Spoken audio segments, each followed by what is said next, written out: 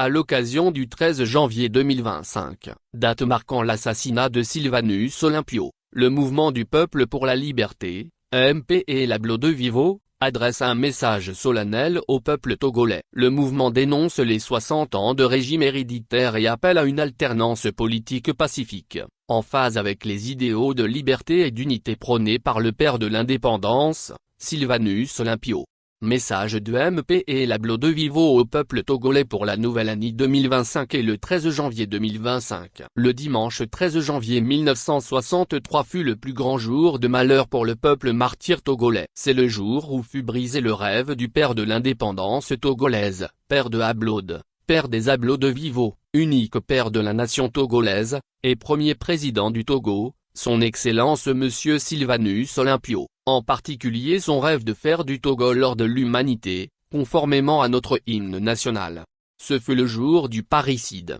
c'est-à-dire de l'assassinat, du père de l'indépendance du Togo et père de la nation togolaise, avec la complicité et la traîtrise d'une horde de soldats togolais manipulés par la France-Afrique qui a ainsi inauguré son œuvre macabre d'assassinat des présidents nationalistes et panafricains les plus gênants pour ses intérêts privés. L'ancien député français Noël Mamère a été jusqu'à ce jour le seul homme politique français à avoir officiellement reconnu et avoué la responsabilité de commanditaire de la France-Afrique dans cet assassinat dans son témoignage devant l'Histoire, en déclarant le 9 avril 2005 dans un colloque organisé à l'Assemblée nationale française par la Ligue des droits de l'homme, le 12 janvier 1963. L'ambassadeur Henri Mazoyer a fait connaître aux putschistes dirigés alors par le jeune sergent Eyadema le lieu, l'ambassade américaine où s'était réfugié Sylvanus Olympio. Ce même ambassadeur qui avait fait pression pour que le commandant Georges Métrier, chef de la gendarmerie nationale, dont le contrat arrivait à terme en 1962,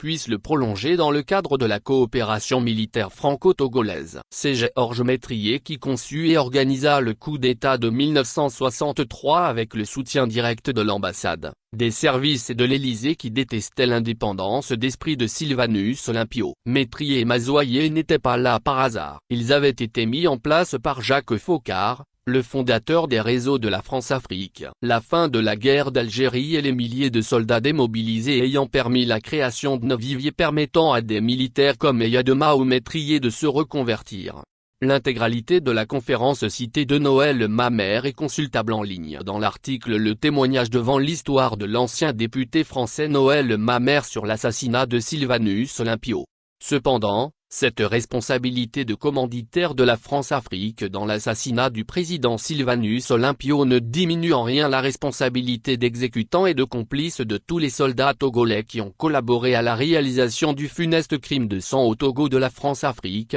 dont le véritable fondateur et donneur d'ordre était incontestablement le général de Gaulle lui-même. Ce parricide du père de l'indépendance du Togo et père de la nation togolaise est immoralement l'événement fondateur incontestable du régime héréditaire togolais de 60 ans qui a sombré dans la corruption conformément aux principes politiques. Le pouvoir corrompt, le pouvoir absolu corrompt absolument, qui a plongé le peuple martyr togolais dans la misère noire de la vie chère et dans le naufrage des valeurs morales, qui a érigé une montagne de cadavres politiques d'avant et d'après 2005. Qui n'offre aucune perspective de travail à aucune catégorie de travailleurs, qui n'offre aucune perspective d'avenir à la jeunesse sacrifiée, et qui cherche malgré sa ruine économique et morale et sa longévité excessive à se perpétuer à la faveur de la constitution illégale et illégitime dite de la 5e République togolaise, dont l'illégalité constitutionnelle a été juridiquement et irréfutablement démontrée dans la lettre ouverte au président du Togo sur l'anticonstitutionnalité de la tentative de changement de république par une assemblée nationale non qualifiée,